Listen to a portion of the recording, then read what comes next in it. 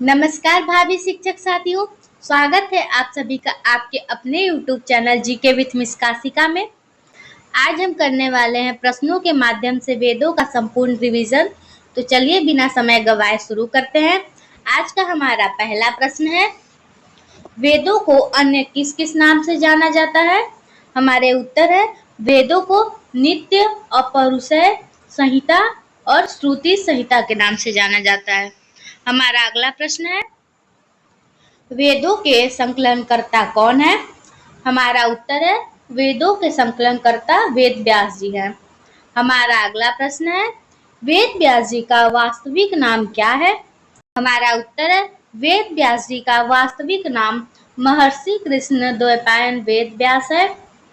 हमारा अगला प्रश्न है, वेदों की संख्या कितनी है? उत्तर है, वेदों की संख्या 4 है। ऋग्वेद, यजुर्वेद, सामवेद और अथर्ववेद। हमारा अगला प्रश्न है, किन वेदों को वेदत्रयी भी कहा जाता है?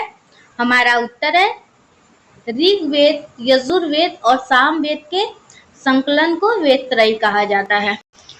हमारा अगला प्रश्न है, सर्व प्राचीन वेद कौन सा है? हमारा उत्तर है, ऋग्वेद सर्व प्राचीन वेद है। हमारा अगला प्रश्न है, ऋग्वेद में कुल कितने मंडल, सूक्त और ऋचाएं हैं? हमारा उत्तर है, ऋग्वेद में कुल 10 मंडल, 1028 सूक्त और 10,580 ऋचाएं हैं। हमारा अगला प्रश्न है, ऋग्वेद में बालखिल अर्थात मनुष्यों के द्वारा रचित सूक्तों की संख्या कितनी है? हमारा उत्तर है, 11 सूक्तों की संख्या है। हमारा अगला प्रश्न है, ऋग्वेद के ऋचाओं को पढ़ने वाले ऋषि को क्या कहा जाता है? हमारा उत्तर है, होत्री कहा जाता है। हमारा अगला प्रश्न है, ऋग्वेद के 2 ब्राह्मण ग्रंथ कौन कौन से हैं? हमारा उत्तर है, ऐतरेय ब्राह्मण ग्रंथ और कौशतकीय ब्राह्मण ग्रंथ। हमारा अगला प्रश्न है, ऋग्वेद में सबसे पवित्र नदी कौन सी मानी जाती है? हमारा उत्तर है, सरस्वती नदी सबसे पवित्र मानी जाती है। हमारा अगला प्रश्न है, ऋग्वेद में गंगा और यमुना नदी का जिक्र कितनी बार मिलता है? हमारा उत्तर है, ऋग्वेद में गंगा नदी का जिक्र 1 बार और यमुना नदी का जिक्र 3 बार मिलता है। हमारा अगला प्रश्न है, ऋग्वेद के किस मंडल में गायत्री मंत्र का उल्लेख है? हमारा उत्तर है, ऋग्वेद के 3रे मंडल में है।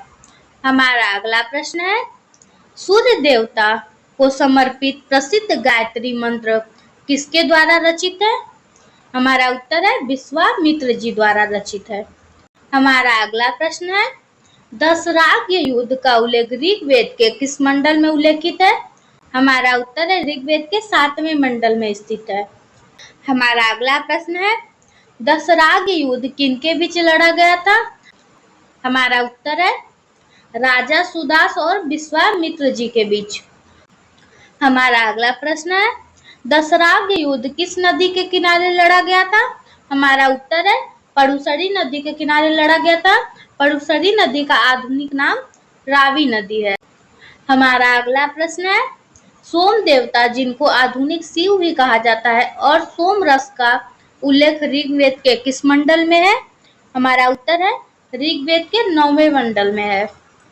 हमारा अगला प्रश्न है, वर्ण व्यवस्था जो कि कर्म के आधार पर विभाजित है और वर्णाश्रम का जिक्र ऋग्वेद के किस मंडल में मिलता है? हमारा उत्तर है, ऋग्वेद के 10वें मंडल में मिलता है। हमारा अगला प्रश्न है, ऋग्वेद का उपवेद क्या है? तो ऋग्वेद का उपवेद आयुर्वेद है। हमारा अगला प्रश्न है, ऋग्वेद का प्राचीन मंडल जिसको वंश मंडल भी कहा जाता है कौन सा है? हमारा उत्तर है, 2 से लेकर 7 मंडल तक सबसे प्राचीन मंडल है। हमारा अगला प्रश्न है, ऋग्वेद में मिश्रित हमारा अगला प्रश्न है, ऋग्वेद में मिश्रित मंडल किन मंडलों को कहा जाता है? उत्तर है, 8वें और 9वें मंडल को कहा जाता है। हमारा अगला प्रश्न है, हस्तलिखित ऋचाएं जिनको खील भी कहा जाता है उसका उल्लेख ऋग्वेद के किस मंडल में है? हमारा उत्तर है, ऋग्वेद के 8वें मंडल में है। हमारा अगला प्रश्न है, ऋग्वेद में प्रयुक्त अघन्य, जिसका अर्थ न मारने योग्य होता है, शब्द का प्रयोग किसके लिए किया गया है? उत्तर है गाय के लिए किया गया है। हमारा अगला प्रश्न है, ऋग्वेद में इंद्र देवता के लिए कितनी ऋचाओं की रचना की गई है? उत्तर है 250 ऋचाएं। हमारा अगला प्रश्न है, ऋग्वेद में अग्नि देवता के लिए कितने ऋचाओं की रचना की गई है? हमारा उत्तर है 200 ऋचाओं की। हमारा अगला प्रश्न है, वेद किस भाषा में रचित है? उत्तर है वैदिक संस्कृत भाषा में रचित है। हमारा अगला प्रश्न है, ऋग्वेद में अनुवाक की संख्या कितनी है? उत्तर है 85 अनुवाक है। हमारा अगला प्रश्न है, भगवान विष्णु के वामन अवतार का पहला उल्लेख कहाँ किया गया है? उत्तर है ऋग्वेद में। हमारा अगला प्रश्न है, वर्ण व्यवस्था की पहली जानकारी हमें कहाँ से मिली? हमारा उत्तर है ऋग्वेद के 10वें मंडल के पुरुष सूक्त से। हमारा अगला प्रश्न है, ऋग्वैदिक काल यानी ऋग्वेद की सबसे महत्वपूर्ण, जिसका उल्लेख सबसे अधिक बार हुआ है, वह कौन सी नदी है? हमारा उत्तर है सिंधु नदी। हमारा अगला प्रश्न है, ऋग्वेद में मातेत्मा, देवीत्मा और नदीत्मा शब्द का प्रयोग किस नदी के लिए हुआ है? हमारा उत्तर है सरस्वती नदी के लिए। हमारा अगला प्रश्न है, कर्मकांडीय वेद किस वेद का दूसरा नाम है? हमारा उत्तर है यजुर्वेद का।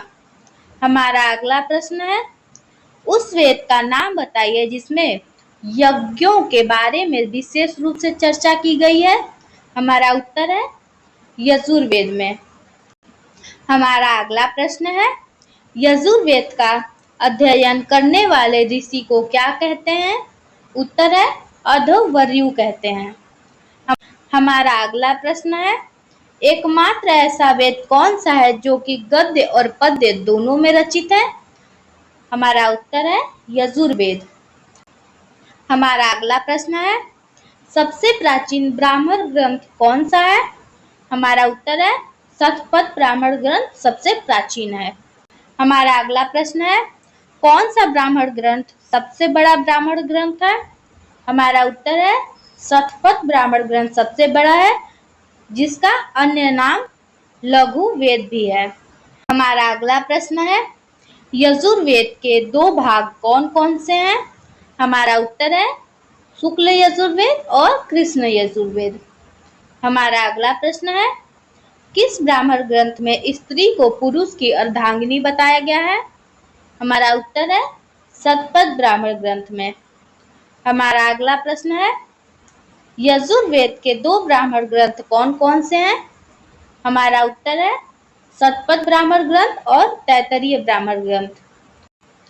हमारा अगला प्रश्न है, ऋग्वेद का उपवेद क्या है? हमारा उत्तर है ऋग्वेद का उपवेद धनुर्वेद है। हमारा अगला प्रश्न है, कौन सा वेद ऋग्वेद पर आधारित है? हमारा उत्तर है सामवेद। हमारा अगला प्रश्न है, संगीत का जनक किस वेद को माना जाता है? हमारा उत्तर है सामवेद को माना जाता है।